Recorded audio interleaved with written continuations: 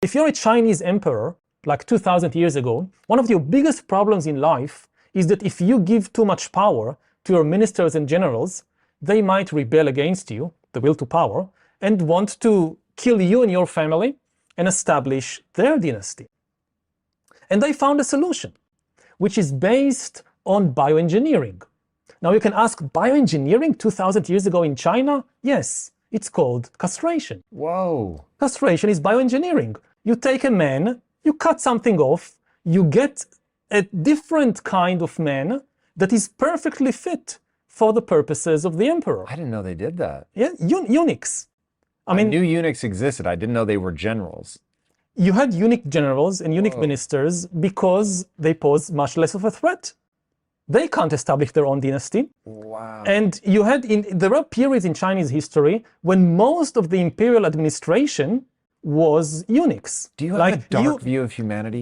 Like, you want a government job? Yes, just give us your testicles and we'll give you a government job. And this was not just China.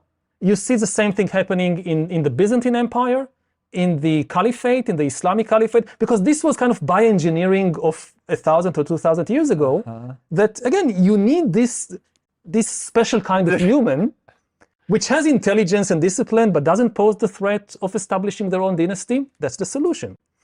So, of course, this was very limited. But you had other, you have the Christians.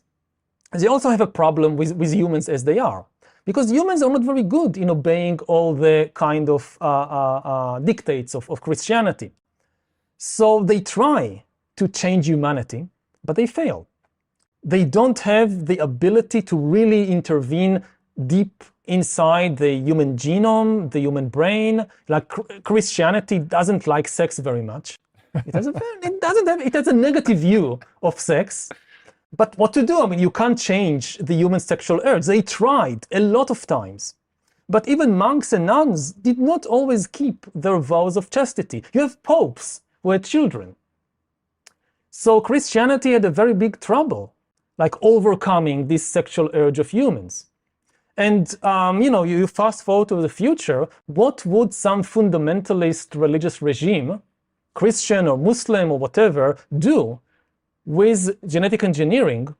What I often say is that the people who develop the technology, they usually think about the good usages. We will use this to cure disease. We will use this to improve people's lives. But you also need to take a moment, think about the politician you most hate in the world, or think about the religious movement or the ideological movement that which was the worst in history from your perspective, and take a few minutes to think, what would they do with the technologies that I'm developing right now? It doesn't mean we stop all technological development, but it means that we have to be very careful, especially about something like genetic engineering, which is to some extent irreversible. We have never seen something like that in history. That the Chinese emperor, they could create eunuchs, but it was just one generation. They could not create an entire kind of new species of human eunuchs. It doesn't work. But now it could be done. So that's one very big danger. And the other big danger, it comes from AI. Because AI also is something completely new in human history. It's the first time that we invent something that can take power away from us, going back to the will to power. Every previous invention in history gave more power to humans. Because even if the tool was extremely powerful, an atom bomb, the decision how to use it always remained in human hands. It was not the atom bomb that decided to bomb Hiroshima. It was Truman and the American army. It was human beings. So even a nuclear bomb actually empowers humanity. AI is the first invention that breaks this, because it can make decisions by its own. That's the whole idea. So it potentially can take power away from us. We already see it beginning to happen. Increasingly you apply to the bank to get a loan, and the bank says no. And why not? Because the algorithm said no.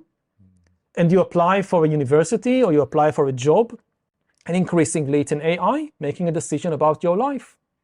And we will see it in more and more areas. Now, again, it's not all bad. It can improve many decision-making processes. It can really improve medicine. But we should be aware of the danger when this technology is in the wrong hands, or when we don't understand its true potential. Because another new thing about AI, and I think we talked about this the last time I was here, so I won't go into too much details, it could eliminate human privacy completely. Throughout history, again, emperors and kings and popes always dreamt about following people all the time and watching them and supervising them. They couldn't do it. They didn't have the technology. What do you think? So I've heard you say that imagine that North Korea gets a hold, or a government gets a hold of a device that can read effectively your moods. So when you see a poster of the supreme leader and you have anger, cool, you're arrested and you're locked away. What is the real world response to that? Like, how do we, like, do you have a... The response is political. I mean, don't get there. But you know that other countries are going to do it. So there's going to be the tragedy of the commons. This is where I get into the, hey, I'm optimistic, I'm living my life, I'm trying to create beautiful things. But at the same time, in the back of my mind, I'm like, humans are never going to stop. Like, we're never going to stop. The tragedy of the commons is real. And so whatever solution we put in place has got to deal with the tragedy of the commons. Yes. I mean, again, this is where I'm not optimistic, because the only way to really regulate a technology like AI is through international cooperation. Yep. If you think about, autonomous weapon systems, which are extremely dangerous, if only America bans them, but the Chinese or the Russians keep developing them, then very soon America will say, hey, we don't want to be left behind. We have to do it also. We don't want to do it, but we have to do it. So the only way you can regulate it is through some kind of international agreement, cooperation. And as international tensions in the world just increase, then I'm not optimistic at all about the potential to regulate this technology. Within a country, you can regulate it to some extent. You can protect people's privacy. For instance, you can have laws that say that if somebody collects my private information, they can only use it to help me. They cannot use it to manipulate me or to sell it to a third party. Now, this is obvious because we have these kinds of laws about so many other things. Like with my personal doctor, it's known for years, for generations, that you have exactly these kinds of laws. My personal doctor has a lot of very private information about me, and he or she use it in order to help me. They are not allowed to use it to manipulate me or to sell it to some political party or to some corporation. So why is Facebook allowed to do it?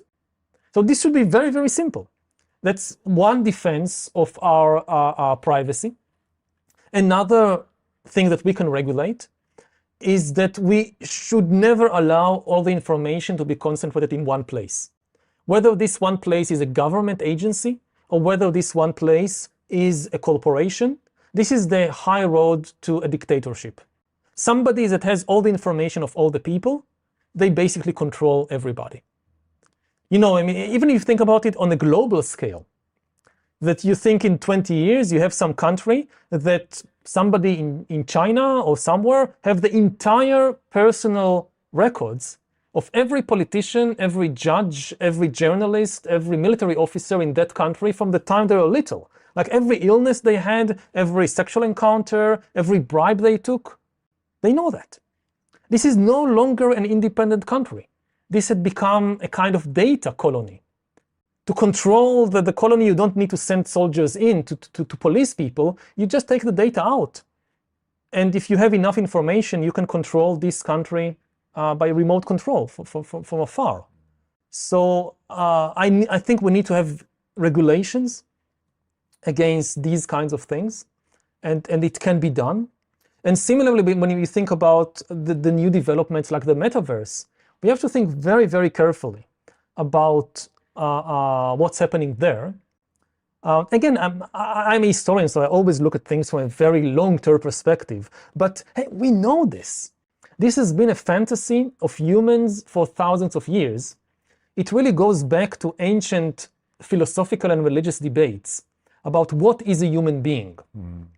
You know, you go back to early Christianity, so you have two camps. You have one camp which says humans are embodied beings. The body is in the center, which was the old Jewish view. You own not your mind. You are not a spiritual entity, a soul. You are a body. In the book of Genesis, God creates Adam and Eve from clay, and they don't exist before that. They exist only as bodies. In the New Testament, Jesus rises from the dead in the flesh. And when he preaches to people about the kingdom of God, he means a physical kingdom here on earth with physical bodies, with biological bodies. So this was one view, as humans are bodies, are biological entities. And then there was the other view, which was influenced by Greek philosophy and so forth, and which increasingly became dominant, which says, no, humans are not bodies. Humans are an immaterial soul or spirit trapped within a physical body. The body is bad, is evil, is corrupt, is dirty, is ugly. The soul is completely pure and spiritual. We're back to narratives. Which of those narratives do you believe? I'll get to that in a moment. I'll just complete my thought that what we see now in the metaverse is exactly this argument being replayed. That is, can we, as humans, just shift to the immaterial realm of the metaverse and leave our biological bodies behind? Or is it impossible or even dangerous to try and separate our kind of mental existence from our bodily and physical existence? I'll maybe give you a little bit of hope for some of the people working in the metaverse. So I am very grounded in biology. So the things that I'm interested in with that very much coexist. Now, will it be interesting for a entirely virtual species to inhabit? Maybe, that could be cool, but that doesn't help us. So even people thinking about uploading their consciousness, I've thought through that one a lot. It would be a copy of me, but it wouldn't be me. So all of the sadness of death and all that I would be hoping to avoid by doing that doesn't help. Maybe it kind of gives the same sense of having a kid, but it wouldn't by any means save me from having to deal with death. So, but the metaverse is still really interesting to me. Now, I'm a person, when I say I'm grounded in biology, I'm talking about understanding the microbiome and how wildly that influences my thoughts. And am I just a shell for microbes? Maybe. And so like, I take a very, very grounded approach to that. Now, having said that, so hopefully that gives you a little bit of optimism. Not everybody's trying to divorce from the body. But if you spend most of the day, well, that I would caution against. All the important, increasingly your social life, your job is increasingly in the metaverse. The biology of the situation will make that a disaster. So exactly. I would highly, as somebody developing in the metaverse, I will highly caution people against that, because you have to feed your microbes. You have to love and bond, and there's so many things that we pick up on. Anyway, I totally see how it derails. But if people are talking about like, hey, you can't ignore the body, this is a very real thing, you have to pay attention to this, fun place to visit, you can't live there. Hopefully we can avoid some of the nonsense that comes along with like social media, where nobody even talked about, let's talk about how this becomes deranging. Because social media has been incredible in my life. I don't have an addictive personality, so that probably helps.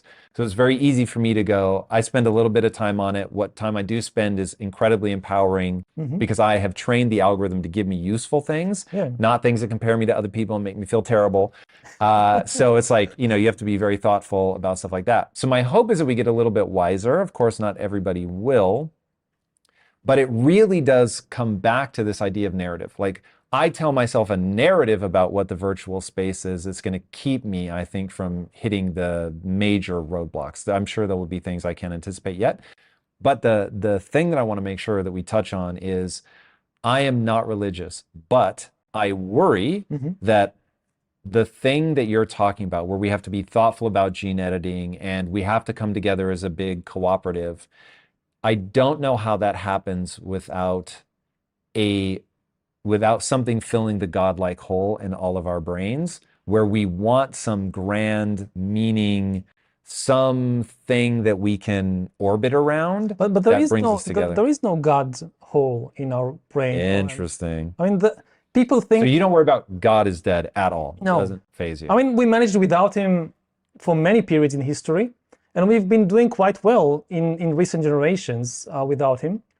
I think that some people connect God and morality. How do we come together then as a huge species, like as one planet, to fight the big things? What's the big narrative we all revolve around? I think the big narrative is the biological narrative, that we are all Homo sapiens, that we are all have the same basic experiences, that we all want to fall in love, that we all have very deep ties with our family members, that we don't want to be sick, we don't like pain, that we don't want to die, that we're afraid to die.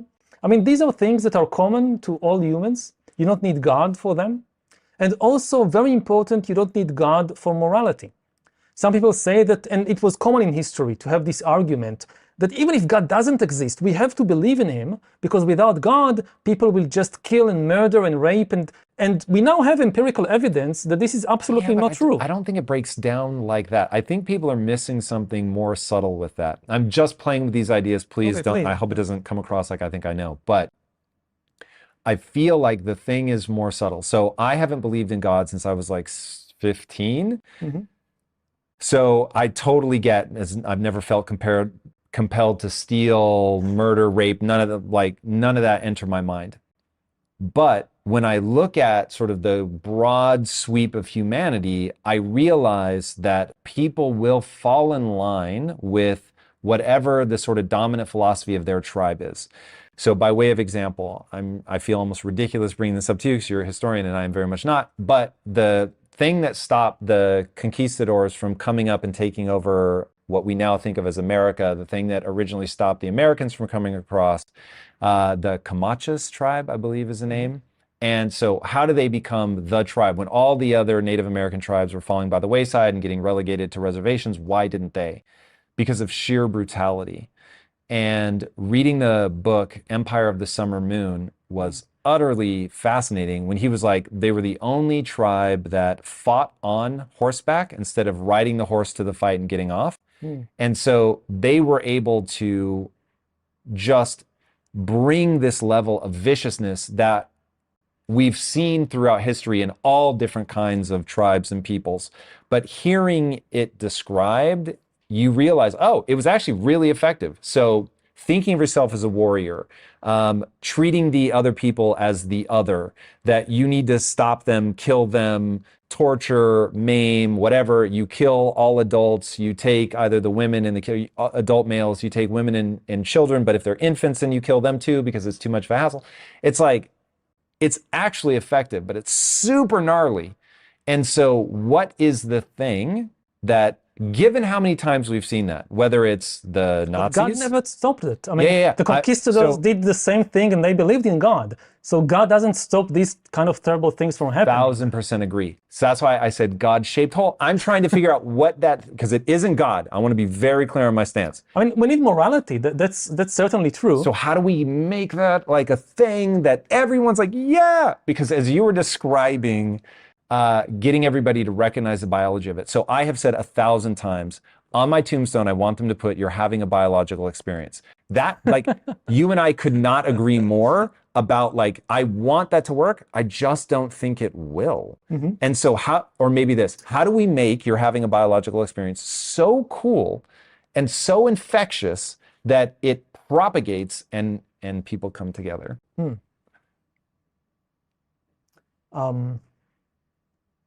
First of all, with regard to the example you gave, so yes, throughout history, viciousness was an effective way to build empires, but now with nuclear weapons, it's only a way to destroy all of us.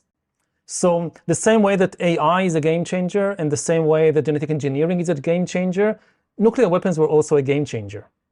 That you can no longer conquer the world by force. The only thing you will achieve is the annihilation of everything.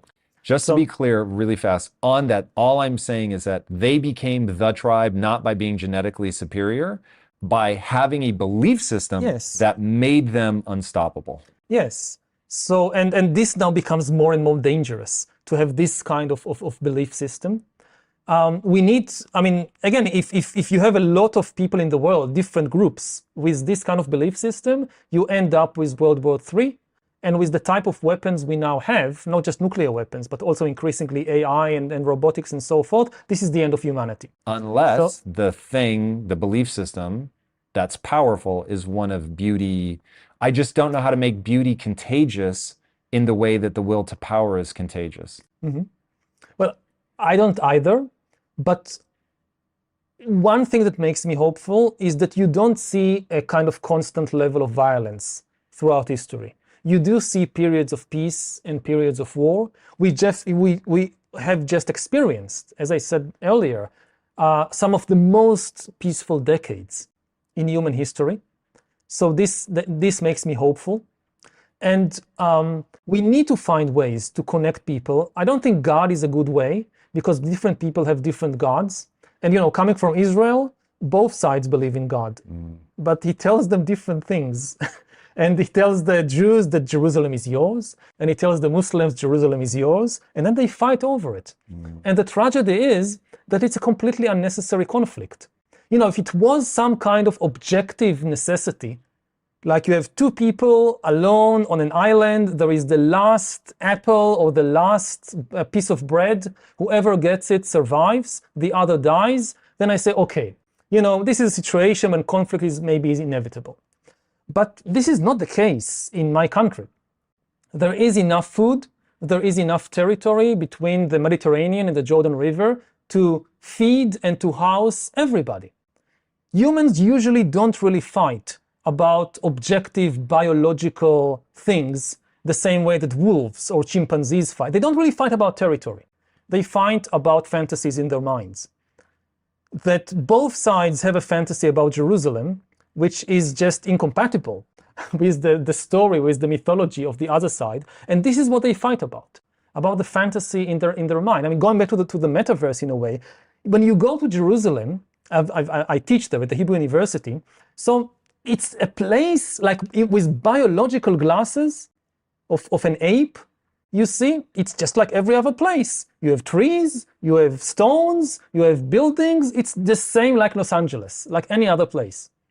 But then you put on a different set of glasses, you put on religious glasses, and you see angels, and you see divinity, and you see sacred stones and sacred trees, and everything is sacred.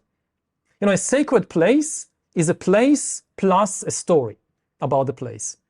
And this is at the bottom of most conflicts in the world. Also, you look at, again, the Russian invasion of Ukraine. Is it about territory? Russia is the biggest country in the world. They need more territory? This is the thing they need, more territory? No. It's about the fantasies in the head. I think that the more we come back to the level of the body, of biology, the more common ground that we have. Throughout history, you got the opposite narrative. What's up, everybody? Tom Bilyeu here, and I am very excited to share some news with you that's going to help you be legendary. In honor of Mental Health Awareness Month this May, I'm teaming up with BetterHelp to bring you an exclusive video mini-series available only on Spotify. Every week in May, I'll be sitting down with some of the most inspiring, insightful people in the world of mental health and personal development. We're talking about people like Mo Gadot and Emily Morse, who will share their wisdom and strategies for overcoming challenges, building resilience, and tapping into your full potential. Each video will be packed with practical advice, powerful insights, and actionable steps you can take to transform your mindset and take back control of your life. So, if you're ready to take your mind and body to the next level, tune into this all-new mini-series exclusively on Spotify, sponsored by BetterHelp. Check out betterhelp.com/impact theory to get 10% off your first month. You got a narrative, again, from religions like Christianity, that the body is the source of all the bad things in life. And the mind, this is a kind of the more spiritual, more beautiful, better part. And most of the time, it's the opposite. That on the level of the body, we can relate to every other human being in the world. because biologically we are the same. What creates this huge distance between us is the fantasies that the mind imagines and produces.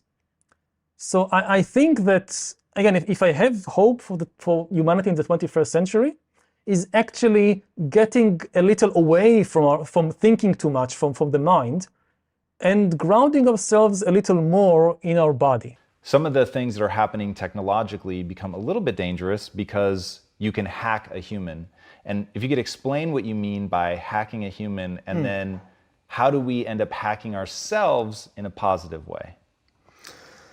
Well, I think this is maybe the most important thing to know about living right now in the 21st century, that we are now hackable animals. We have the technology to decipher how humans, or what you think, what you want, to predict human choices, to manipulate human desires in ways which were never possible before. Basically, to hack a human being, you need two things. You need a lot of data, especially biometric data. Not just about where you go and what you buy, but what is happening inside your body and inside your brain. And secondly, you need a lot of computing power to make sense of all that data. Now, previously in history, this was never possible. Nobody had enough data and enough computing power to hack human beings. Even if the KGB or the Gestapo followed you around 24 hours a day, eavesdropping on every conversation you had, watching everybody you meet, still they did not have the biological knowledge to really understand what's happening inside you, and they certainly didn't have the computing power necessary to make sense even of the data they were able to collect.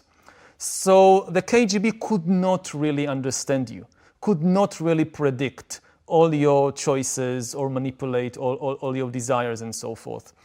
But now it's changing. What the KGB couldn't do, corporations and governments today are beginning to be able to do.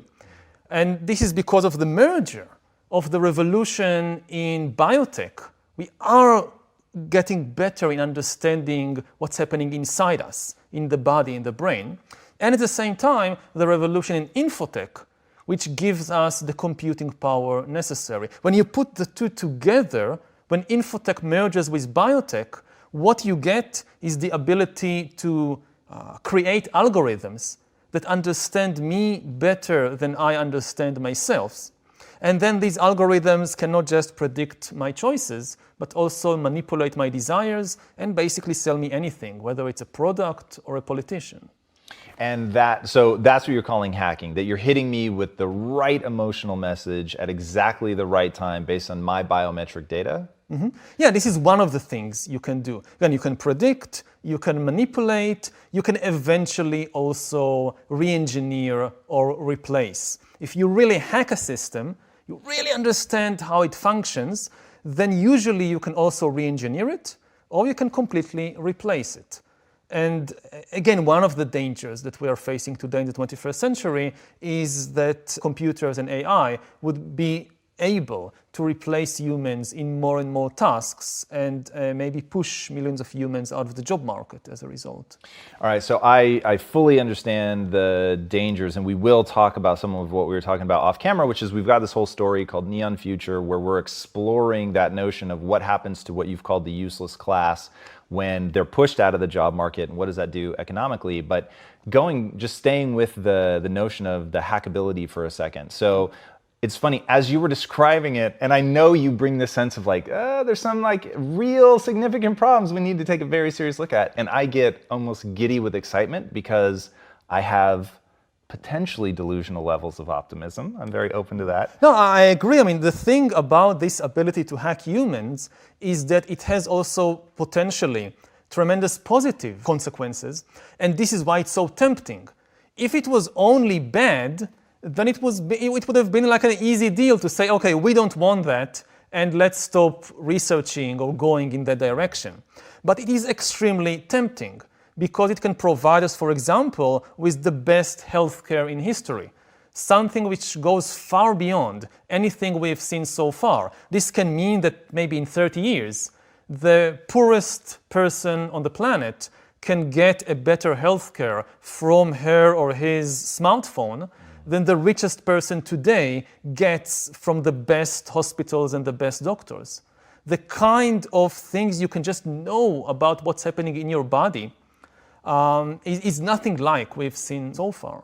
Yeah, no, that's really extraordinary. And if you had to take the positive look and say, okay, we have this ability, let's just say it's already there, we've got all this biometric data, it's kicking off, how would you encourage people to leverage that to empower themselves? And I'll use an example that I found profoundly interesting from your book. So you said that growing up that it was unclear to you that you were gay, but that now Stanford has developed an algorithm that essentially can look at 3 or 4 photos of somebody's face and predict with 91% accuracy whether or not they're gay, which seems impossible. But if that's true, the level of data that we could give ourselves about our deepest, most hardwired desires, there would be a level of clarity there that seems useful. How would you encourage people to use that? Well, it's a very good example. I mean, the Stanford algorithm, actually, there is a lot of problems with that research, and let's put it aside. But first key message from that is how little people actually know about themselves. And one of the most important things in my life, and also I think in my scientific career, was the realization of how little I know about myself and humans in general. There were so many important ideas and important facts we don't realize about ourselves. I was 21 when I finally realized that I was gay, which is, when you think about it, it's absolutely amazing. I mean, it should have been obvious at age, 16, 15. And an algorithm would have realized it very quickly. And you can build algorithms like that today or in a few years. You just need to follow your eye movements. Like you go on the beach, or you look at the computer screen and you see an attractive guy and an attractive girl, and just follow the focus of the eyes. Where do the eyes go and whom do they focus on? It should be very easy. And such an algorithm could have told when I was 15 that I was gay. And the implications are really mind-boggling when an algorithm knows such an important thing about you before you know it about yourself. Now, it can go in all kinds of directions. It really depends on where you live and what you do with it. In some countries, you can be in trouble now with the police and the government. You might be sent to some re-education facility. In some countries, like with surveillance capitalism, so maybe I don't know about myself that I'm gay, but Coca-Cola knows that I'm gay because they have these algorithms. And they want to know that because they need to know which commercials to show me. Let's say Coca-Cola knows that I'm gay, and I even know it about myself, that they know it, and Pepsi doesn't. Coca-Cola will show me a commercial with a shirtless guy drinking Coca-Cola, but Pepsi will make the mistake of showing a girl in a bikini. And next day, without my realizing why, when I go to the supermarket, when I go to the restaurant, I will order Coca-Cola, not Pepsi. I don't know why, but they know. So they might not even share this kind of information with me. Now, if the algorithm does share the information with me, again, it a lot depends on context. One scenario is that you're 15 years old, you go to a birthday party of somebody from your class, and somebody just heard that there is this cool new algorithm which tells you your sexual orientation. And everybody agrees it will be a lot of fun to just have this game that everybody takes turn with the algorithm and everybody else looking and seeing the results. Would you like to discover about yourself in such a scenario? This can be quite a shocking experience. Okay, but even if it's done in complete privacy, it's a very deep philosophical question. What does it mean to discover something like that about yourself from an algorithm? What does it mean about human life, about human identity? We have very little experience with these kinds of things. From very ancient times, all the philosophers and saints and sages tell people to get to know yourself better. It's one of the, maybe the most important thing in life is to get to know yourself better. But for all of history, this was a process of self-exploration, which you did through things like meditation and maybe sports and maybe art and contemplation and all these things. What does it mean when the process of self-exploration is being outsourced to a big data algorithm? Again, the philosophical implications are quite mind-boggling. It's interesting. So let's talk about that. So the implications, you're outsourcing the self-discovery process. To me, that sounds so profoundly useful because all day the people that write into me, they're asking basically one essential question. How do I find the thing that I love? Because I tell people, you need to develop a passion in your life. I don't think you find it. I think you develop it. But they need to start from an area of real interest. It needs to be actually something that at a hardwiring level, they get that response. So their next question is like, how, right? How do I get into that? How do I discover the thing that triggers me like that? And if I discover it, then how do I develop it into a passion? If you had an algorithm, something that were able to use the more manipulative techniques that you were talking about that Coca-Cola is doing or whatever, but give it to you in a way that can move you in a desired direction. So I'll give you a specific example that you give in the book. So talking about how, let's say there was an algorithm that knew you'd just broken up with somebody, knew that you were in the grips of heartache, because they're reading your biometrics. Yeah, they're watching your heart. In fact, give it to us.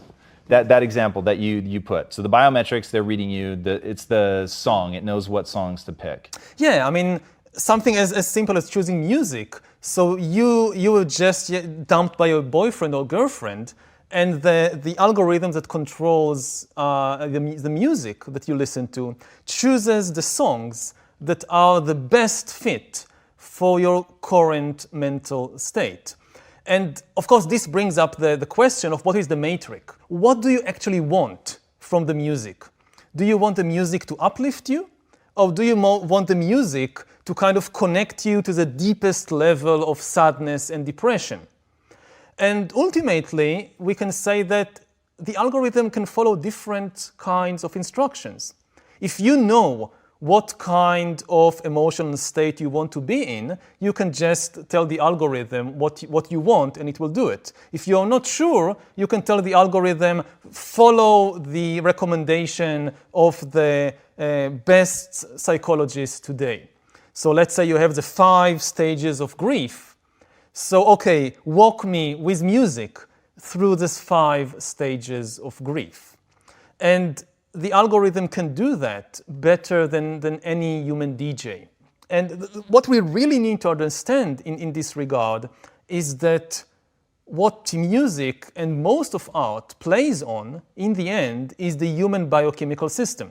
At least according to the dominant view of art in the modern Western world. We had different views in different cultures, but in the modern Western world, the idea of art is that art is above all about inspiring human emotions.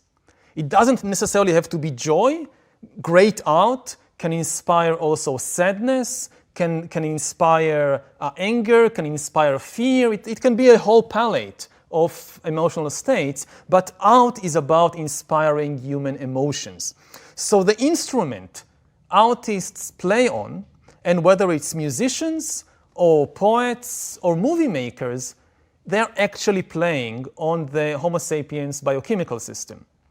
And we might reach a point quite soon when an algorithm knows this instrument better than any human artist. A movie or a poem or a song that will not move you, that will not inspire you, might inspire me. And something that will inspire me in one situation might not inspire me in another situation.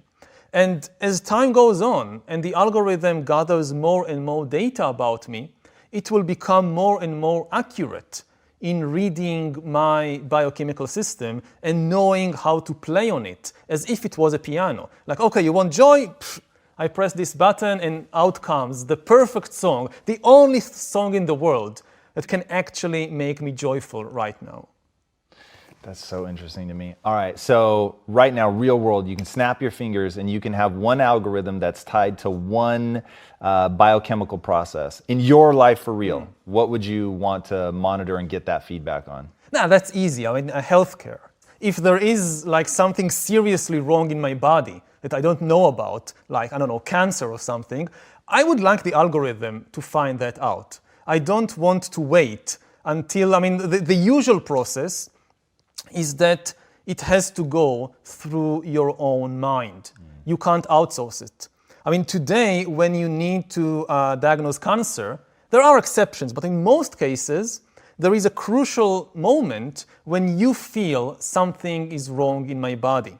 And you go to this doctor and that doctor and you do this test and that test until they finally realize, okay, we just discovered you have cancer in your liver or whatever. But because it relies on your own feelings, in this case, feelings of pain, very often it's quite late in the process. By the time you start feeling pain, usually the cancer has spread. And maybe it's not too late, but it's going to be expensive and painful and problematic to treat it.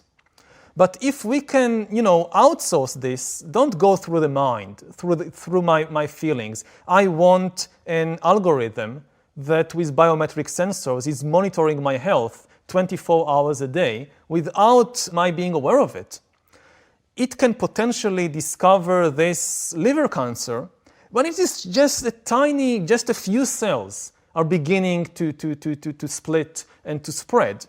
And it's so easy and cheap and painless to take care of it now, instead of 2 years later, when it's already spread and it's a big problem. So this is something that I think almost everybody would sign on to. And this is the big temptation, because it comes with with a long tail of dangers. I mean, this algorithm, the healthcare system, knows almost everything about you. So one of the biggest battles in the 21st century is likely to be between privacy and health. And I guess that health is going to win. Most people will be willing to give up a very significant amount of privacy in exchange for far better healthcare. Now, we do need to try and enjoy both worlds to create a system that gives us a very good healthcare, but without compromising our privacy, yes, you can use the data to tell me that there is a problem and we should do this or that to solve it, but I don't want this data to be used for other purposes without my knowing it. Whether we can reach such a balance and have your cake and eat it too, that's a big political question. I have a hypothesis. I know you don't believe that history repeats, but that humans do have a biology. We have a nature. Humans are like something. And I think there's two things, man, and this is like a random entrepreneur stabbing in the dark here, but I've engaged with people enough that I'm pretty confident that I'm on the right track. I think there's two things that lead to this kind of thing where we're fighting over something that in the end really isn't that important. One, some people need to be chased by a lion. So without an extrinsic real danger that forces you to be like, yo, we may not see eye to eye, but you can help me keep my family safe. And in return, I will help you keep your family safe. Without that impulse to protect or whatever goes awry, or just that they can't handle boredom, something we talked about briefly before we started rolling. And then the other thing is Nietzsche's will to power. And I did not understand the culture war until I started reading about Nietzsche and the idea that it can manifest beautifully. We want to get better. We want to improve. We want that control over our life to manifest what we could be. But then there's also the toll booth person that isn't going to let you through if you don't have exact change, because they can. And that they get to feel that sense of, okay, I matter. I have some control over the world. And that desire to have power coupled with there's nothing real to fight against puts humans in a very weird situation where they will pick up on minor things and we just run in opposite directions so that we have the expression of the will to power. Now, I am new to Nietzsche, so I do not claim to fully understand him, but it seems like he saw it as a pretty broad spectrum. Yeah. Could be a beautiful thing, it could be an ugly, petty thing. So I don't want to paint it with like these dark overtones and wolves howling in the background, but like that it can manifest in a pretty ugly way. I completely agree that much of what we see now is not an ideological battle. It's certain politicians who, as you say, what is driving them is power, not ideology, and they are using divisive issues. The way to gain power is to take a certain issue and politicize it, and they are searching for issues that can get people enraged, that can and then harness this energy to get to power.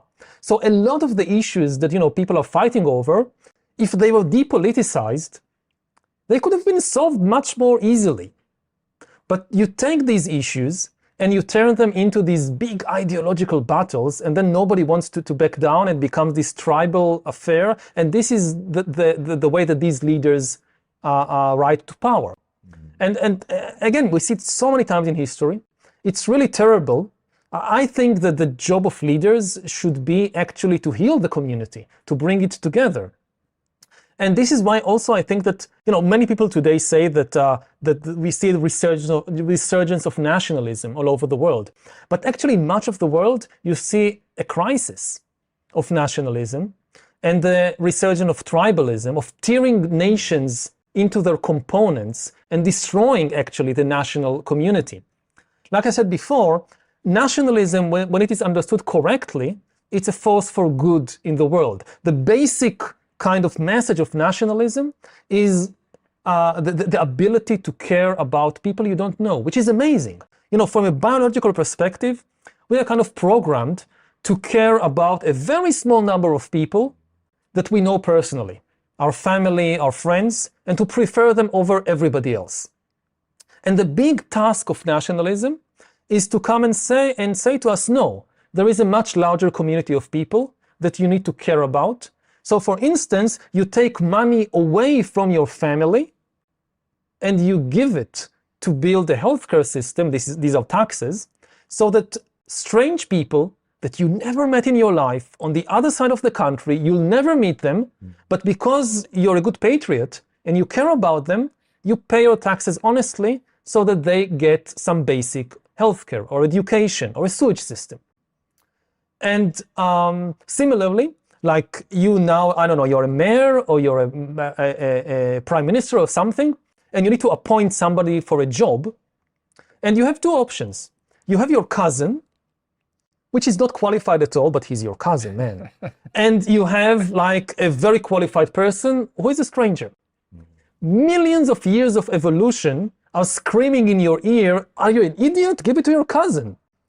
But patriotism tells you no. You should give the job to the qualified person because they would do a better job for the community. And that's the good side of nationalism. And what we see now in many parts of the world is politicians who describe themselves as nationalists, but they are actually not trying to create harmony in the national community. They don't strengthen the national community. They tear it apart.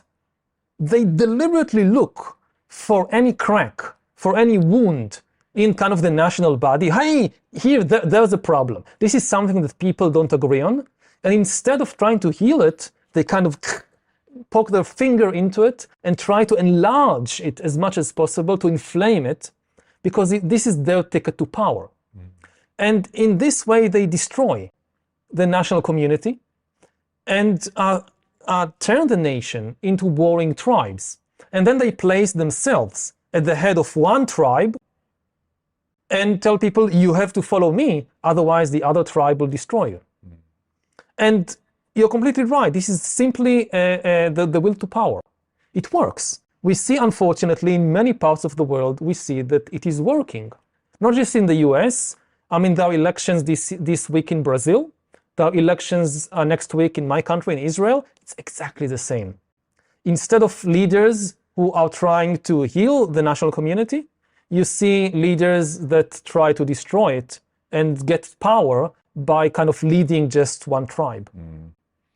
Yeah, this is why, like, I'm a super optimistic guy. As I was saying before we started rolling, like, when it comes to AI, the metaverse, all that stuff, you're going to have to slap me back to reality because I'm so optimistic.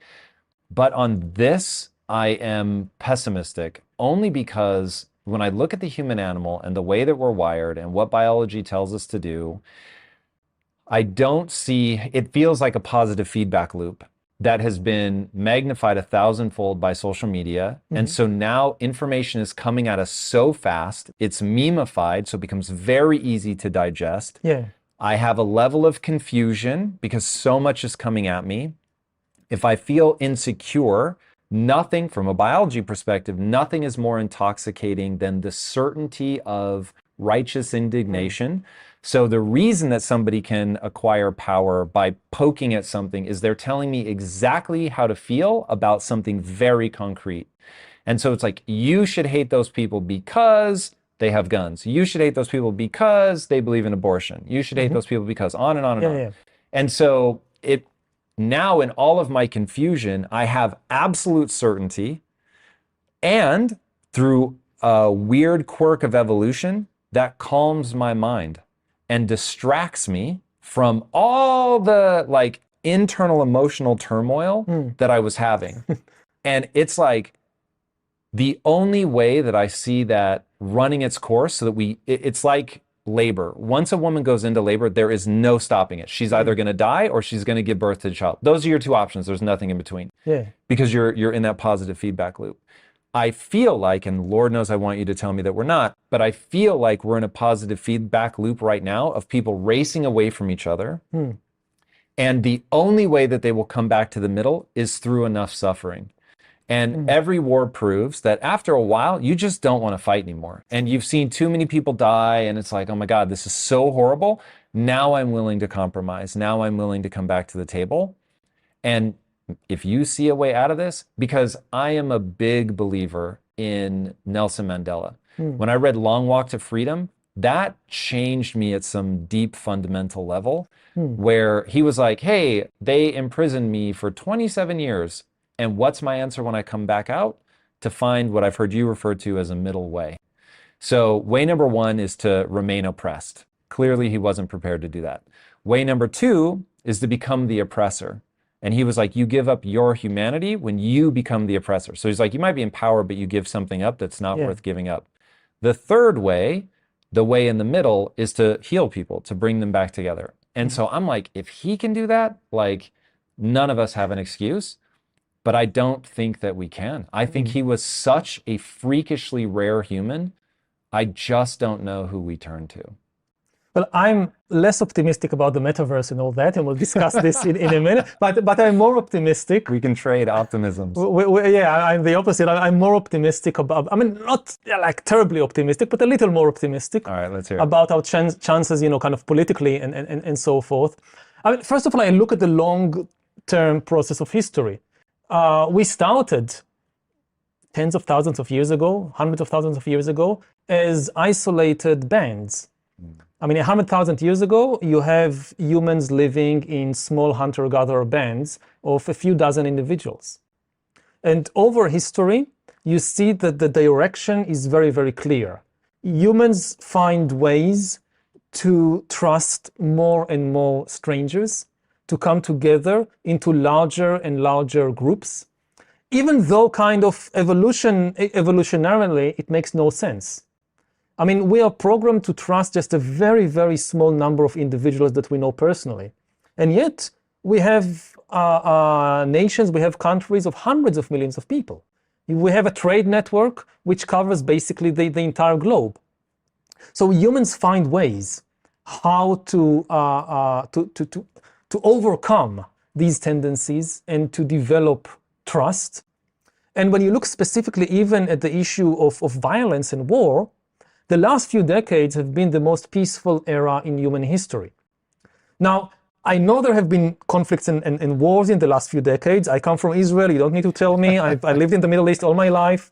But when you look at the statistics, It's the most peaceful era in human history. It's an era when humans had more chance to die from eating too much than from human violence. In most of the world, it became unacceptable for one country to just invade and conquer its neighbors because it's stronger. You see it in the state budgets, maybe in better than in any other place. For most of history, the number one item on the budget of every king and sultan and emperor is the army. The army, the navy, the fortresses, the military. In recent decades, the average expenditure of governments all over the world together, the average on the military is about 6%. Wow. That's amazing, because this is what enabled the resources to shift to, again, education, welfare, healthcare.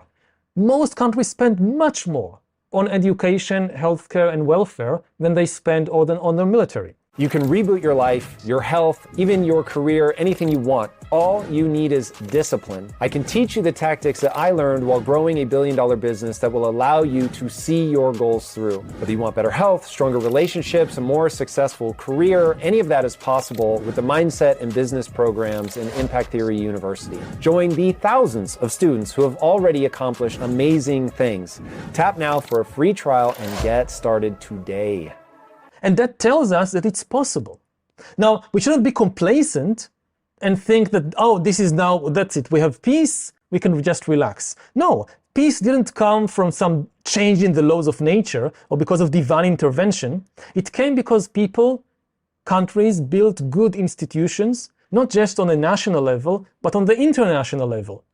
Since 1945, countries have built a rule-based international system, which had many problems, but still managed to provide more peace than in any previous era. This is now in question.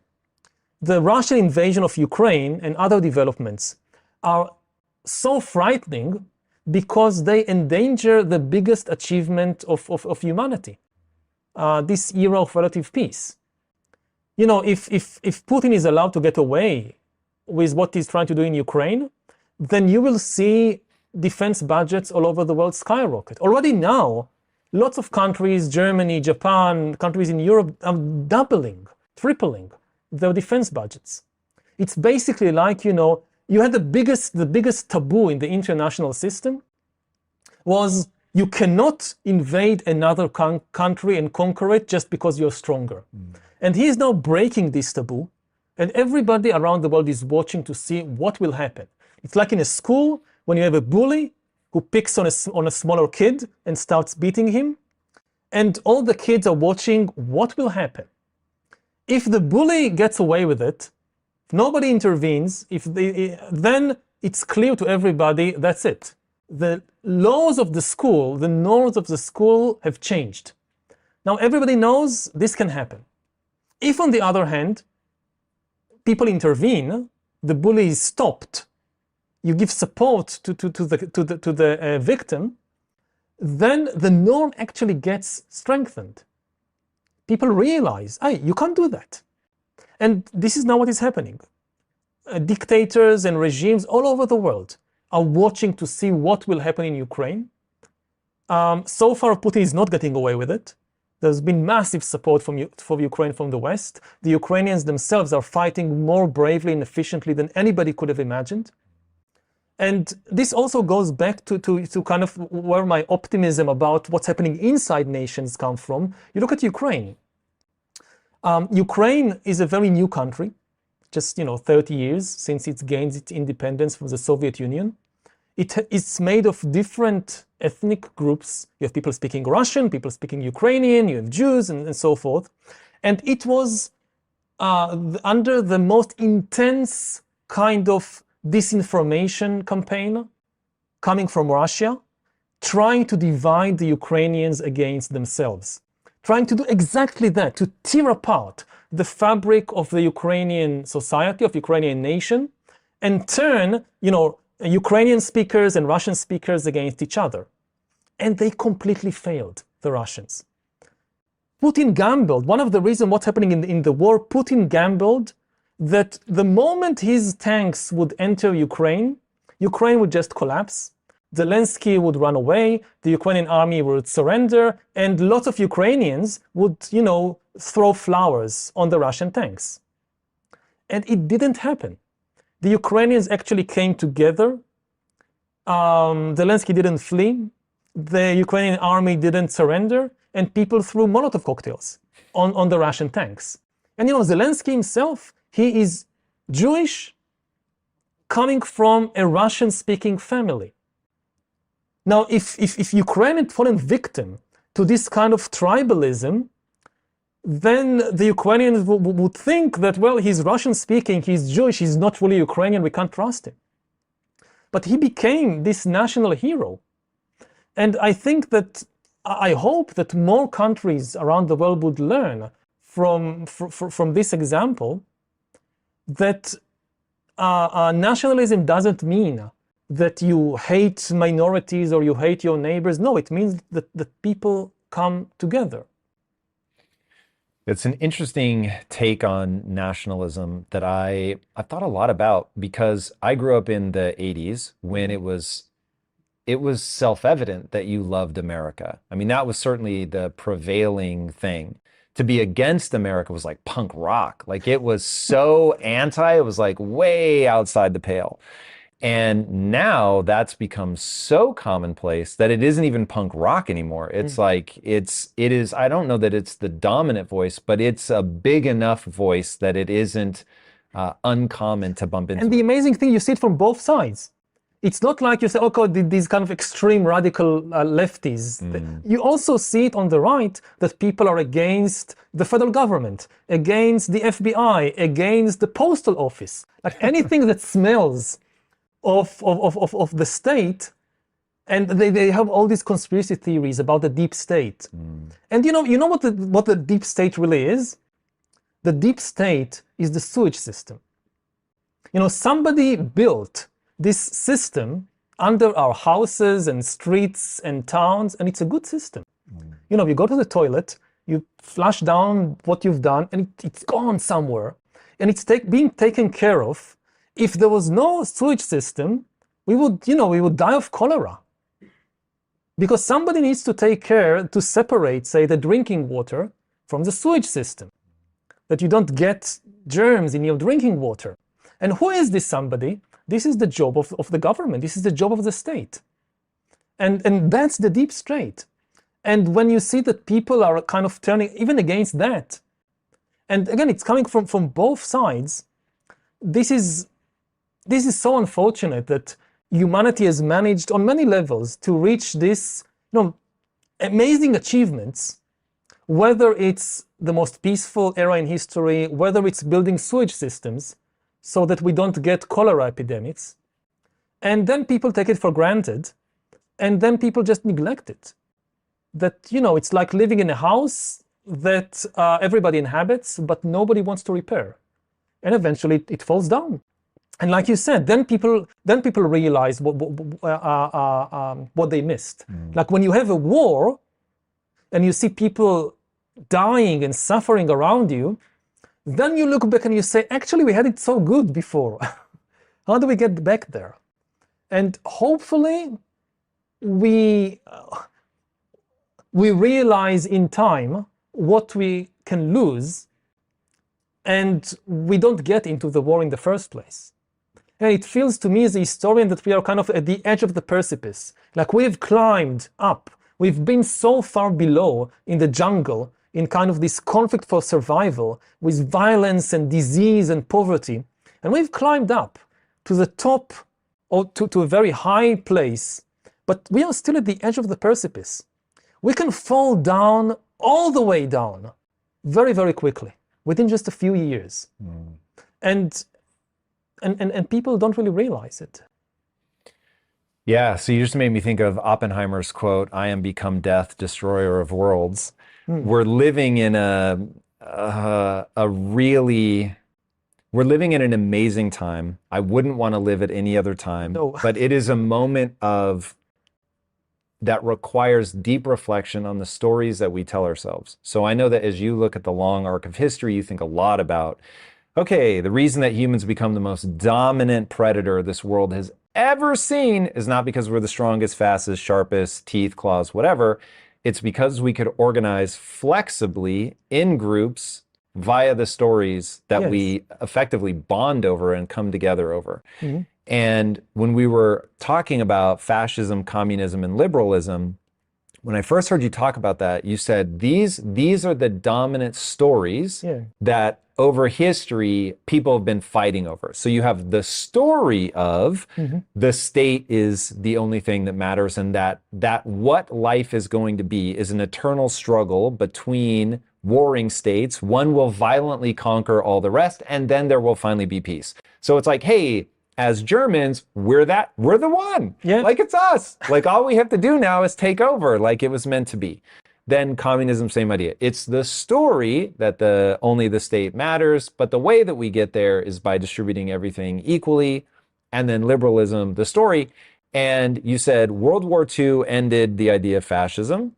The Cold War ended the idea of communism. Liberalism actually worked, but it's still tearing itself apart. And so then the question becomes why? Okay, so now if we're on this precipice and it's this incredibly important moment where we've got the potential for gene editing, which you've said could destroy all of humanity. We've got the potential for AI, or AI is here, man. Anybody that doesn't recognize like how, like now that we're using it in our own business on both the traditional content side, so what we're doing now will be tremendously influenced by our ability to find our audience using AI. And then on the other side, so we're building in the metaverse. So who's designing those shirts? It's largely humans, but now they're being augmented with AI. You can literally type something and it will give you a design. It's insane. That's today. So it becomes a question of what story are you telling yourselves? Now, I think the thing, because you and I agree on a lot, but if I had to guess on the thing that maybe makes me slightly more pessimistic than you is I believe ultimately the collective is a reflection only of the individual. And I do think that even if you want collective change, it has to spring forth from the individual. Now we get into the deep complexities of what that looks like. So when you have somebody like a Nelson Mandela who can actually, as an individual, sway the collective, okay, that's very special. And so there's clearly a relationship. It's not an individual in isolation. We're not whatever 7.4 billion individuals in isolation. It's very much the way that I say it is we are both the shout and the echo. So you are what you do, and you are the reflection that comes back from other people about how they feel about what you do. And you can never disentangle those. So I don't think the human mind is designed to disentangle those two things. They are effectively one and the same. But the thing that gets in there, the way that we're able to take all of these variables and make sense out of it is through a narrative, which then deeply simplifies this incredibly complex world. And so the thing that I cling to as hope on this precipice is that people take the responsibility to tell themselves a narrative that brings people back together. That's the only path I see forward. And so my thing is, as somebody with a platform, I think a lot about go ahead. No, but there is a narrative. There is, actually, this is the main story that I tell in my new book, An Unstoppable Us, which is aimed at kids, but to give them the understanding that their identity is closely connected to all the other people in the world, and actually even beyond people.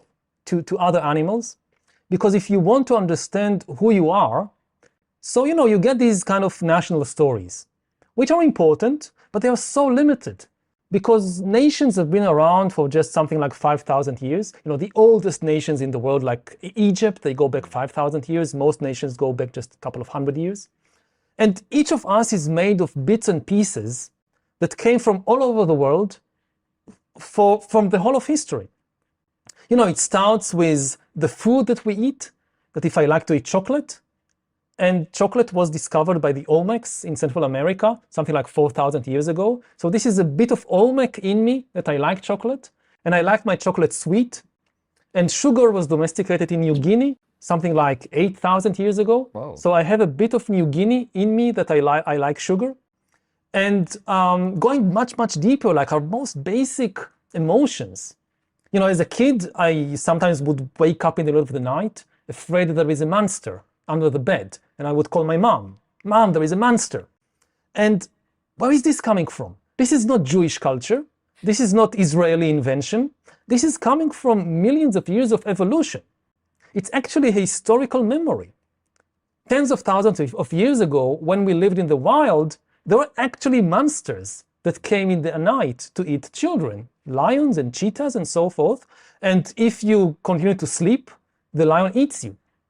If you wake up and call your mom, you could be saved. And again, calling your mom, where is this coming from? Moms are not a Jewish invention or an American invention. Again, all mammals and all birds have a very close connection between mother and offspring. I mean, this is the very definition of being a mammal. You know, mammals means that, you have, you have turtles. So the mother turtle, she would just climb at night from the ocean, dig a hole, lay eggs, cover it, go back to the ocean. That's it. Right. My job is done. Best of luck. Best of luck to you. Now, as a mammal, all mammals eat their mother. Like you're born. It's a crazy way to say it, but yeah, it's true.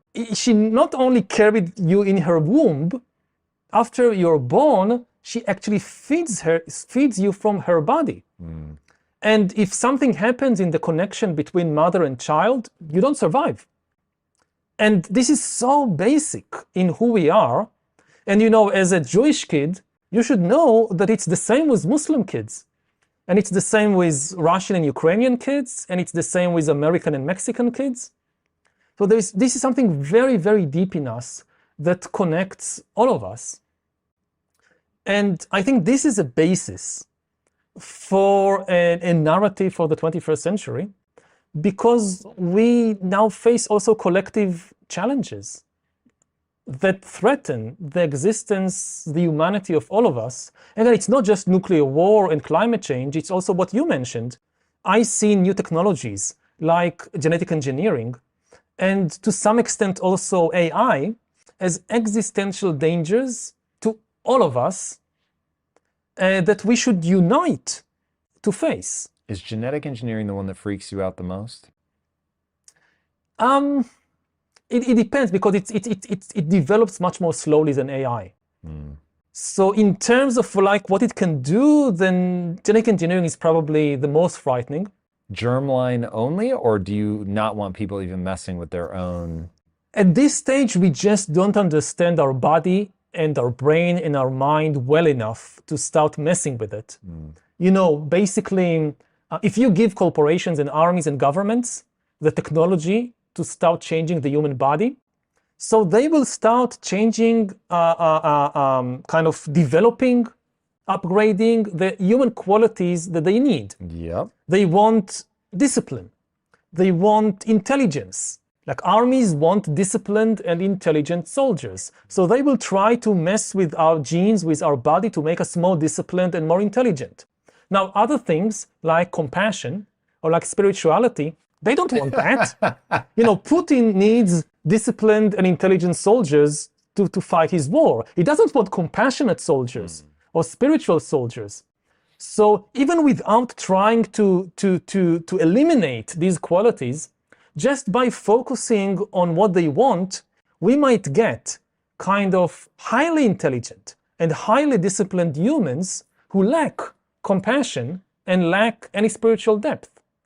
And the terrible thing about that is that it will not be a temporary change. It could go on for generations. If you look back in history, so figures like Hitler, like Stalin, they also tried to re-engineer humans. But it had a time limit. Like with education and with mass political control, they could, for a few years, change the characteristics of entire populations. Like brainwash them with Nazi ideology or communist ideology. But eventually when they fell, you get back to ground zero. Right. You get back to this body, to this brain. They didn't manage to change it. So over time, we can start again. But once you give these kinds of regimes the ability to actually change the human body, like permanently, maybe even germline, then their legacy can last indefinitely. They can create a new human species. You've talked really powerfully about story, about how stories like money, which I don't think most people think of as a story, as being, these tremendous things that control all of our lives, that point us all in the same direction, that give us sort of a common code by which to live.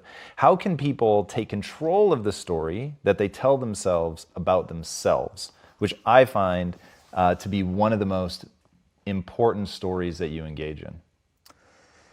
Yes, our identity is really just a story which we constantly construct and embellish. I mean, you can say that the entire human mind is a machine that constantly produces stories, and especially one very important story, which is my story. And different people have specialize in different genres. Some people build their story as a tragedy. Some people build their story as a comedy or as a drama. But in the end, the self is a story and not a real thing. And on the one hand, with all the new technologies, you get better and better abilities to construct yourself. But already today, a lot of the work which previously was done in the brain and in the mind of constructing my identity, my story, has been outsourced to things like Facebook. That you build your Facebook account, and this is actually outsourcing it from the brain, and you are busy maybe for hours every day just building a story and becoming extremely attached to it and publicizing it to everybody. And you tend to make this fundamental mistake. You think this is really me. And why is that a mistake?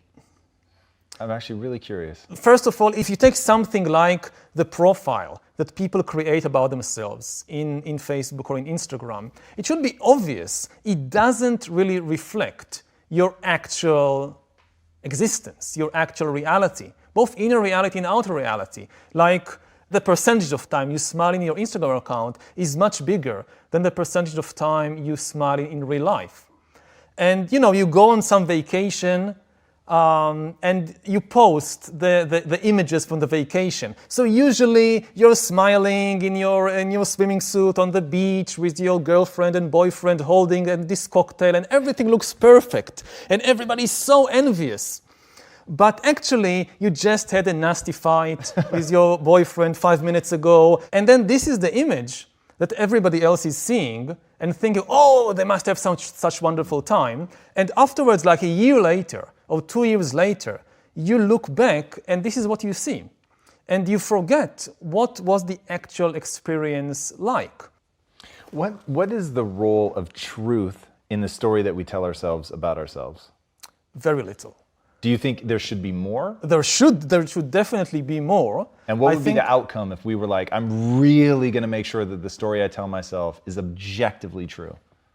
It's going to be very, very painful and difficult. I think it is worth the effort, but it's just very difficult. We constantly edit this story, just like the news on TV are edited, and just like, it's a bit like making a movie. Like you watch the movie in the cinema, and everything is so seamless. Like, yeah, this is the story, it flows. And then when you actually see how a movie is produced, this is insane. Like you have this tiny bit of a scene, you repeat it 50 times, and sometimes, you shoot this scene 2 comes after scene 1, but actually it was filmed long before that. So sometimes you film the breakup of the lovers before you film the first meeting, for all kinds of schedule reasons and locations. So the end result is completely seamless and perfect, but it is actually made up from all these tiny disconnected bits that have been, this is from here and this is from there, and we somehow glue it together and it looks good. And it's the same with the story of our life. It's all kinds of bits and pieces. And only when you tell it to yourself or to somebody else, it kind of makes sense. the cost of trying to stick with the reality as it is very, very high. It's very difficult, it demands a lot of effort, and it is often very painful because you have to acknowledge many things about yourself that you don't want to acknowledge them. People have this fantasy of, I don't know, going to some retreat and just taking out a week or two from life to really observe inside, to really explore who am I, what is my authentic self. And they have this fantastic notion that I will be able to finally connect to my inner child and I will discover my true vocation in life and I will discover all these wonderful things about me. And when you actually do it, the first thing you usually encounter is all the things you don't want to know about yourself. There is a reason that you don't want to know them. I think it's worth the effort, but it's a very, very hard task. All right, on that, there's so many studies that talk about the more delusional somebody is, self-delusional, the more likely they are to be happy. You've said one of the big questions as a historian you're trying to answer is, as we've moved forward as a species, a society, have we actually gotten happier? Mm-hmm. So there is some importance, it sounds like, that you place on happiness. So why then would you want people to do that hard work of facing the realities, recognizing the things about themselves that they don't necessarily want to recognize? Mm-hmm. Is that because you think it leads to more happiness? I think that ultimately it is worth the price. I mean, delusions come at a very high price also. And not just to yourself, but to people around you, to the world as a whole. I mean, ultimately, this leads to things like wars and like genocide and I come from Israel, I come from the Middle East, so I am surrounded by millions of people who are killing each other because of all kinds of fictional stories and delusions that they believe in. So sometimes it's an important defensive mechanism. It's very difficult to live just with the raw truth all the time. But the price of delusion and the price of not being able to tell the difference between fiction and reality, it adds up. And eventually it adds up to things like genocide and war. That sounds like a pretty extraordinary price to pay. Yeah, I will agree with you there.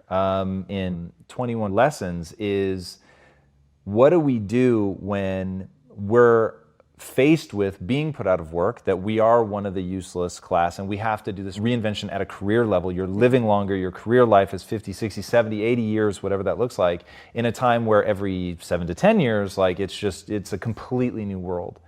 What do you think the human capacity for that level of reinvention is?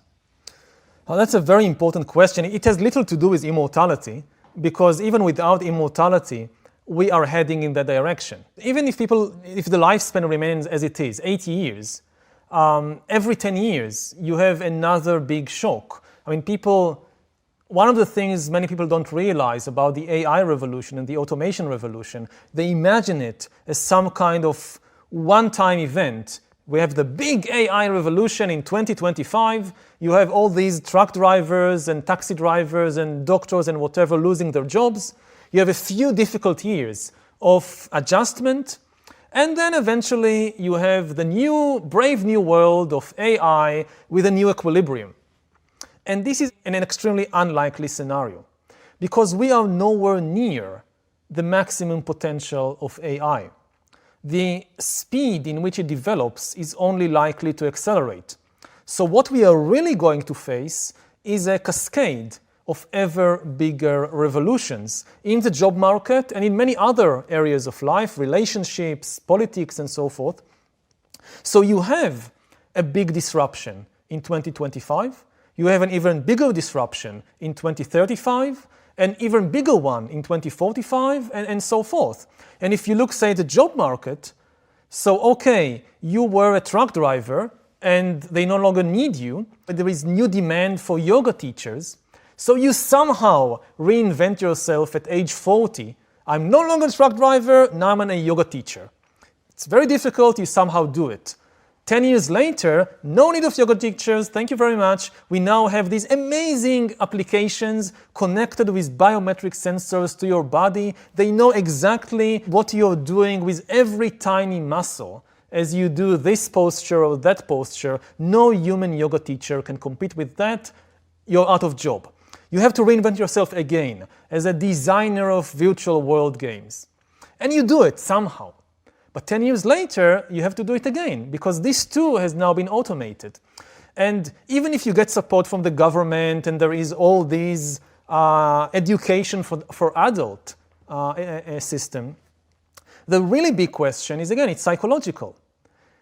Do we as human beings have the mental stability and the emotional intelligence necessary to reinvent ourselves repeatedly? And, when you're 20, what you're doing is basically to reinvent yourself or to invent yourself for the first time. And it is very difficult. When you're 30, it's even more difficult, but you somehow do it. But when you get to be 40, 50, 60, it becomes more and more difficult. You have more to let go of. I've invested so much in building this career, this personality, these skills. To give it all up and start again from anew, it's so difficult. So I don't know whether we can do it. Yeah, that is the question that I think we'll ultimately be forced to answer. And that brings me to education. So what do you think that if we're talking to somebody who's 18 right now, they're trying to decide, do I go to college, yes or no? Mm-hmm. Should they go to college? And if they go to college, what should they be studying? It's a very difficult question. The first thing they should realize is that nobody really knows. Nobody really knows how the job market would look like in 2040. Sure. So they should be suspicious of all these kinds of advices by people who pretend that they know what the job market would need in 20 years. The best investment, I would say, is in emotional intelligence and in mental balance and these kinds of skills of how to keep changing throughout your life, how to keep learning throughout your life. Now, how do you learn that? That's very, very difficult. We don't have a college degree in mental flexibility. But these are the most important tools. So whatever you choose, you can go to law school, you can go to ballet school, but you should keep in mind that much of what I'm learning might be irrelevant in 20 or 30 years. So whatever else I'm doing, I should also invest in developing my emotional intelligence, my mental balance, my ability to keep changing and learning and reinventing throughout my life. So maybe to give an image or a metaphor, if in the past education was like building a stone house with very deep foundations, now I would say that education is more like constructing a tent that you can fold up and move to another location very quickly and easily. That's a great analogy. So given that it's so hard to predict the future, you've talked a lot about the power of science fiction writers. Walk us through that. What is the role that a science fiction writer can play, or storyteller, filmmaker, whatever the case may be? Our lives in the 21st century, more than anything else, are going to be new technologies, especially AI and biotechnology. And most people, their understanding of these technologies and their potential for good or for bad, it really comes from science fiction. The political system so far has done an awful job in understanding and preparing us for these kinds of developments. There is almost no talk in the political arena about AI and biotechnology. The scientific community is, of course, very deeply engaged with it, but most people don't read articles in Science or Nature, and even if they tried, it would be very difficult for them to understand the professional jargon and all the statistics and so forth. So most people actually get their education about what's coming from science fiction. And this means, at least I think so, that science fiction is now the most important artistic genre, and it should also be the most responsible. And one of the problems with science fiction is that so far it has done as so-so jobs. Some novels and TV series and films are really amazing in the way they explore what could happen, ranging like some of my favorites are, my all-time favorite is Brave New World by Aldous Huxley, which was written back in the early 1930s, and I think is the most prophetic and profound.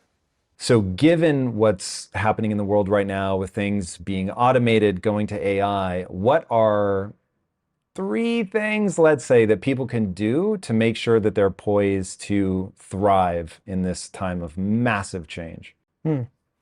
First of all, I mean, that's what everybody's saying, but it's true, is that you have to embrace change.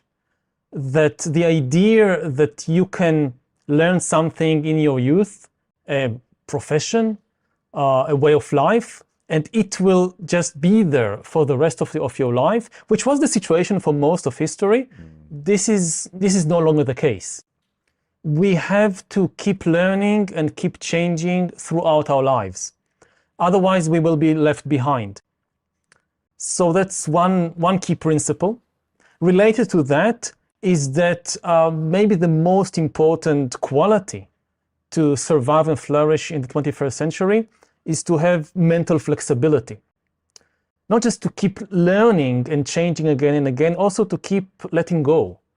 Part of what makes it difficult to learn new things that we hold on. Like, I spent so many years learning something, and now the world has changed. And I just don't want to let go. And letting go, maybe I'll give an example of how deep it goes. Like, it's not just what you learned in college or what you learned in kindergarten. It's even what you learned as a baby, as a toddler, like learning how to see or learning how to walk. And what does that mean? I have to relearn how to see and walk. Well, as virtual reality improves, and with all the talk of the metaverse and so forth that we'll discuss later on, increasingly, it's likely that there will be many more activities shifting from the physical, biological world that we know into a new reality, a virtual reality, which has different physical and biological laws. Even the laws of physics there are different. So whether you want to interact socially there, or maybe you have a job in virtual reality, in the metaverse, or maybe you design, you have a new job designing fashion, designing shirts for virtual reality because people want to look good there. You need to forget how physics and light and gravity works here because it works in a different way in that reality. So just, what does it mean? Like, I'm now 46. Let's say I have a new job designing fashion for the metaverse. How can I, at age 46, kind of forget what it means to see and learn from scratch how to see things? Are you optimistic that adults can do that? Humans have an amazing ability to adapt and to change. It's often said that AI is nowhere near its full capabilities, but human beings too are nowhere near their full capabilities. We really have no idea what we can still do, what our mind can still do. If you think about jobs again, so the biggest change in the job market of the 20th century, looking at the previous century, it didn't come from any technological invention. It actually came from unlocking the potential of half the human species. Women, which were barred from so many jobs because people thought they were incapable of doing that, and they didn't have the education and training and so forth. And the feminist revolution and the changes in gender relations just completely changed the job market. And you didn't need to genetically engineer women's DNA or to kind of connect them to some new device. No, the potential to be presidents, to be judges, to be journalists, to be scientists was always there, but it wasn't tapped. And it's to a large extent, I hope we'll see something similar in the 21st century, that yes, we have all these new challenges, but we also have this amazing untapped potential within us. But this links to the third thing, which is we can't do it alone. Like placing Humans can't do it alone, or individuals can't do it alone? Individuals can't do it alone. Like placing all the responsibility on individuals. The world is changing. Now it's your job to adapt, to change yourself, to learn. It doesn't work like that. It's too much for an individual to do just by themselves. Will require organizations, governments to step in to make sure that people are not left behind. You know, just retraining people. You lose your old job to a computer or a robot or a self-driving vehicle. There are new jobs. I don't think there'll be a problem of just an absolute lack of jobs. All jobs disappear, but new jobs emerge. The really difficult thing will be the transition. And the transition, first of all, you need some kind of financial assistance. Like you lost your old job, you need to retrain for a couple of months for a new profession maybe, who is going to support you during this time. So just as in the 20th century, governments built this huge infrastructure for educating the young, schools and colleges and so forth, will now need to build another infrastructure to educate and to retrain people in the 40s and 50s. Do you see that as... One last thing is that they'll also need psychological help. That's what I was Again, because it's going to be extremely stressful. To kind of invent yourself when you're 16, this is what you do when you're 16. But when you're 46, you want to take it easy. I don't want to start all over again. So it's psychologically very, very stressful. And I think that we will have to see more government support for mental health, just to cope with the immense stress of the 21st century. Do you know the learn to code meme? The? Learn to code. Oh, learn to code. So people are getting booted off of social media for saying it. It's one of those things that took me so by surprise. So anybody, I think, that spends enough time contemplating, okay, AI, what's the future? I'm sure we'll get into data harvesting and stuff like that. You really do begin to understand that the future belongs to the technically savvy. Mm-hmm. And if you are a 46-year-old truck driver, sort of the classic example, because that's, going the way of the dodo, and it's, not something that requires a high degree of education or necessarily even a ultra high IQ. Not saying that drivers don't have high IQs. I'm just saying it doesn't necessarily max your IQ to do that job. And so when people say, okay, if the future belongs to the technically savvy, we know drivers are going to, be without that job, then they should learn to code to get a new job. And my instinct was, yes, that's absolutely true. And I came to that debate super late. And so by the time I got there, people were already getting banned off social media for saying it. And I was like, wait, what? So going back, I couldn't understand why telling the individual that you're going to be a participant in this. I'm not opposed to, I think it's a great idea for governments to create a safety net. I think it's a bad idea for governments to drag you across the finish line. And I think that ends in tyranny every time.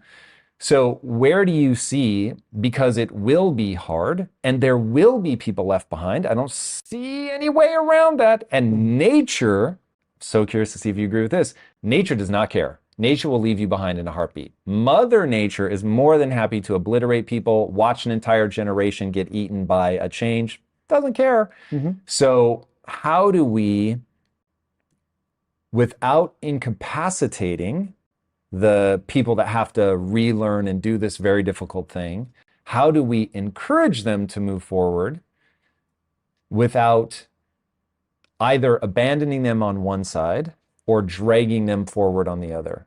Mm-hmm. Well, first of all, I have to say that I'm not sure that coding is such a safe job. Because coding too could be automated. Maybe, you could also, we'll also need a lot of therapists We'll need community organizers. We'll even need philosophers, because a lot of these new questions, they actually, suddenly the big tech companies need people who understand deep philosophical questions because they become technical questions. You need a lot of people in the taking care of other people.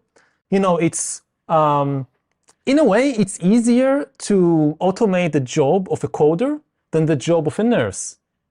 Like coding is, in the end, it's just data, it's just information coming in and out. So I can see more easily how you automate the job of a computer scientist, or at least some of these jobs, than the job of a nurse who needs to replace a bandage or to give an injection to a screaming child and things like that, partly because it demands a much wider range of abilities. It's not just, of course, a nurse needs to understand information and to analyze information and so forth, but also needs motor skills, also needs social skills. And the combination of these skills, this is much harder to automate. So I wouldn't place all my bets on something like coding. Governments are essential, again, partly because in many countries, you know, I think about, I don't know, you mentioned truck drivers, also textile workers. You think about many countries in Latin America, that they don't have a high-tech sector, they have a textile industry. Lots and lots of people working in textile, producing shirts. And suddenly, all of this is automated. It's cheaper to produce shirts in California than in Mexico or in Guatemala. And in addition to that, there is an entirely new line of textile industry, which is virtual shirts. Like I spend hours in virtual reality, I want to look good, the latest fashion in virtual reality. And somebody needs to design it. Now, how do you take, again, a 40-year-old unemployed textile worker from Guatemala and turn her or him into a designer of virtual shirts? So without government support, and in this case, I mean, these countries could, well, even they can't afford it. They will have to get support from the richer countries. Otherwise, we are facing a global catastrophe. So I'm not saying that governments kind of will force people to do something. It's, you know, like with basic education for young people. I mean, you can still fail, you can still drop out, but at least you are given the chance. And then whether you use this chance that you're given wisely or not is up to you. But I think most of the successful systems in history, they are complex. They don't place all the responsibility just on individuals, because then a lot of people are left behind, not because of even their fault. It's just they weren't given the proper opportunity. On the other hand, trusting only government, then you get these kind of communist nightmares that we definitely don't want to try this mistake again. Yeah, that to me is the problem. And when I look at the culture war right now, which, quoting you again, you said, this is a paraphrase, but I'm gonna get really close. So by all means, if I say anything wrong, jump in. But you said, if Putin had waited 5 or 10 years to invade the Ukraine, the West probably would have imploded on his own and he could have gotten away with it. And I was like, too impatient. Wow, that is, it feels terrifyingly accurate. So the way that the West is tearing itself apart right now, I find deeply distressing. So the reason that ties into this for me is that there is a necessary tension between, and I don't know if you'll agree with this, but by all means jump in if you don't. There's a necessary tension between the left and the right. And I think the left and the right are evolution's solution to you. If you're a social creature, you want to try to help everybody. But as you try to help everybody, there's the freeloader problem. And so you get people that will take advantage of the system. So you need people on the other side that demand personal responsibility. But if you only have personal responsibility, that will also lead to tyranny. So you have tyranny on both sides. And so what you need is the tension in the middle. But you can't have the tension if each side thinks that the tension is the problem. If they're both trying to be right and they're trying to silence the other side. That feels like the core problem of the West, is that we no longer realize, oh, it's good that not everybody's on my side, whatever side you're on. Because if everybody were on my side, we wouldn't have the tension, we'll have tyranny. Yeah. Is that how you see it, or is there something more nuanced? No, I think the good thing about democracy is that you have multiple voices and you don't see the other people as as your enemies. You can think that they are mistaken, you can even think that they are stupid, but they're not evil, they're not your enemies. Once people in a democracy start seeing their political rivals as their enemies and as people who are trying to destroy their way of life, democracy just cannot survive in this situation. You can have a civil war, you can have a dictatorship, but you cannot have a democracy because, you know, if Americans think that the other side, the other Americans, are their enemies out to destroy them, then they will do anything to win the elections because this is now like a war, and they have no incentive to accept the result if they lose.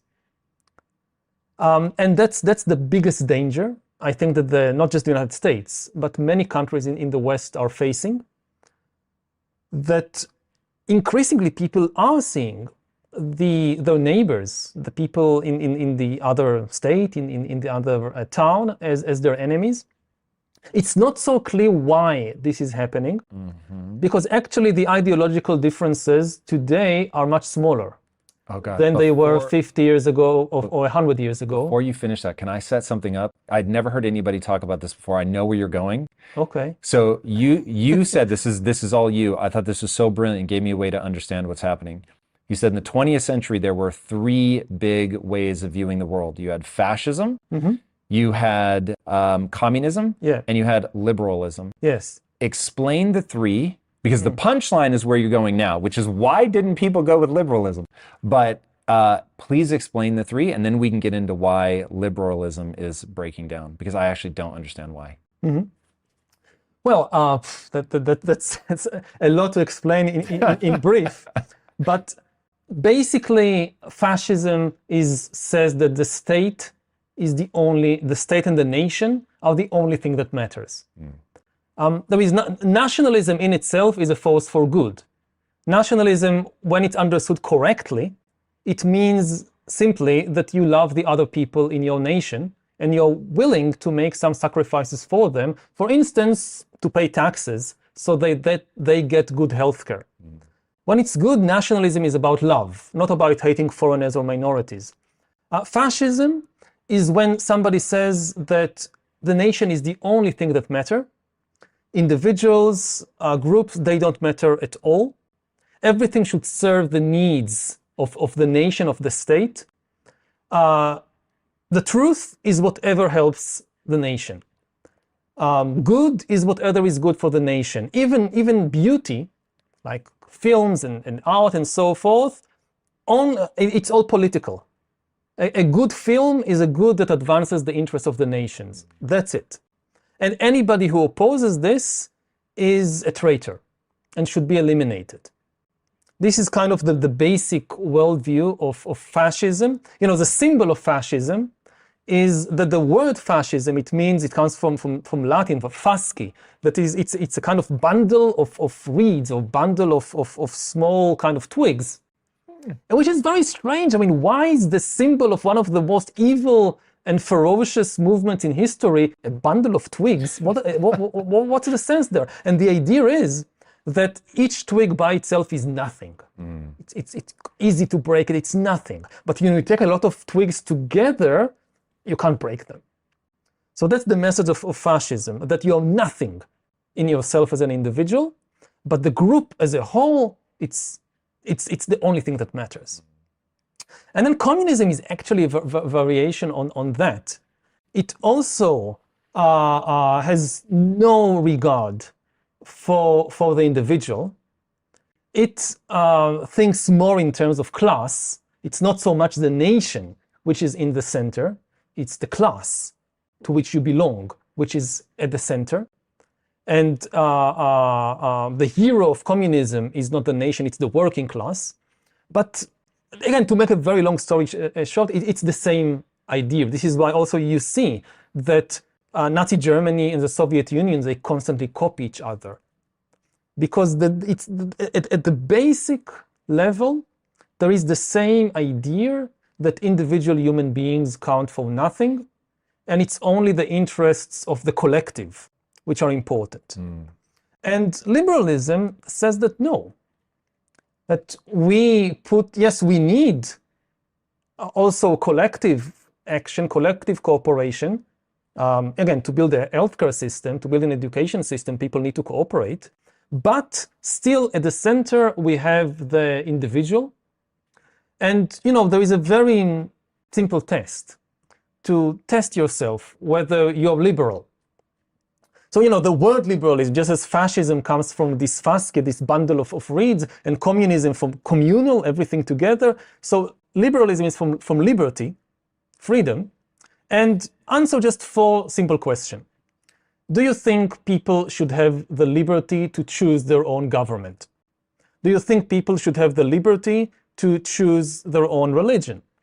Do you think people should have the liberty to choose their own profession? And do you think people should have the liberty to choose their own spouse? If you answer yes to all 4 questions, congratulations, you're a liberal. And again, it sounds like, but who will object? But for most of history, most people objected. Like, you had the American Revolution against the King of England. And the whole idea of monarchy is that people don't have the liberty to choose their own government. There is a king appointed by God or whatever, and this is the government. And similarly in the Soviet Union or in Nazi Germany, people don't get to choose the government and to replace the government.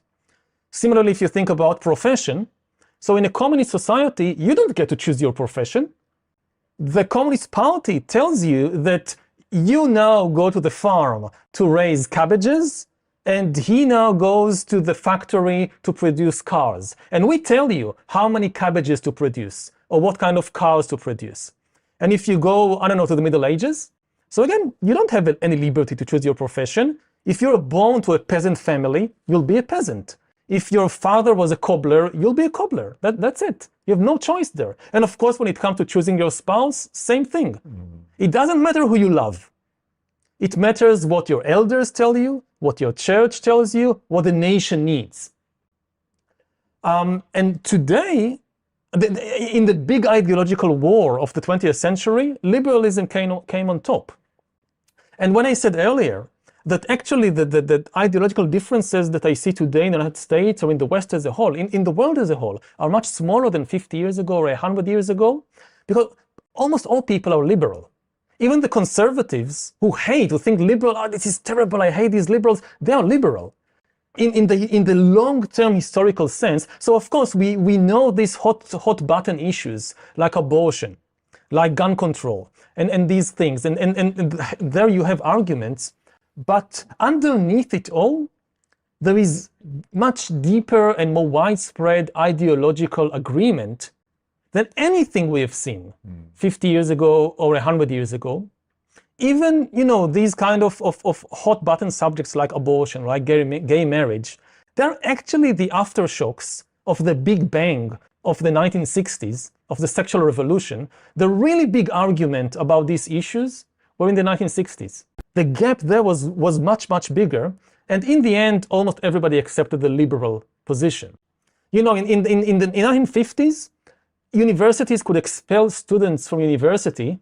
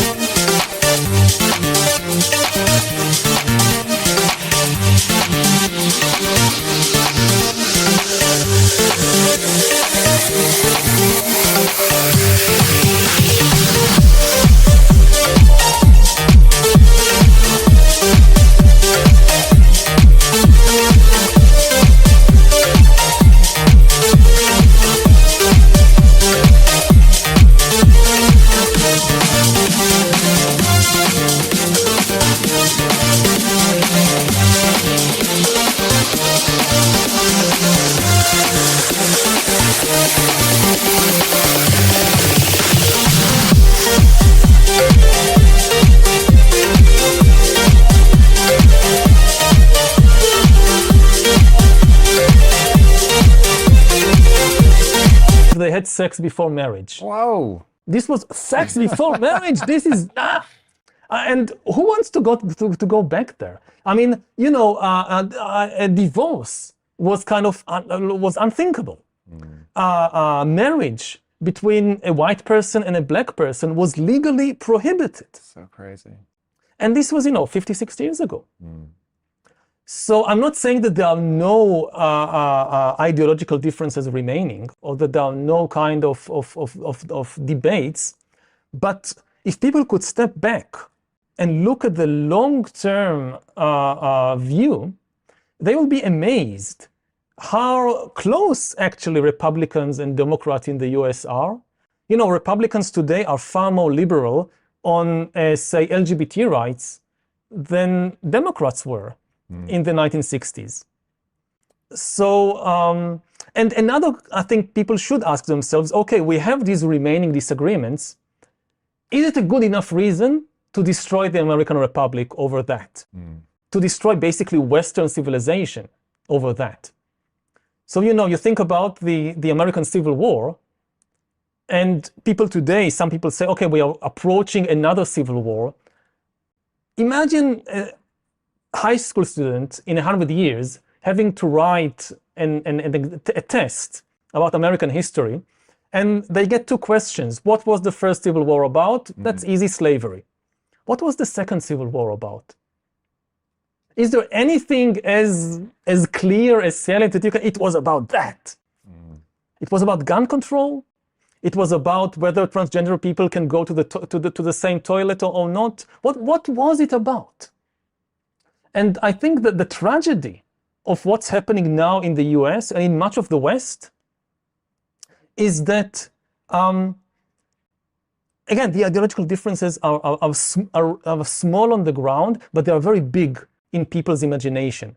People have fantasies about what the other side is planning to do, which are completely divorced from reality.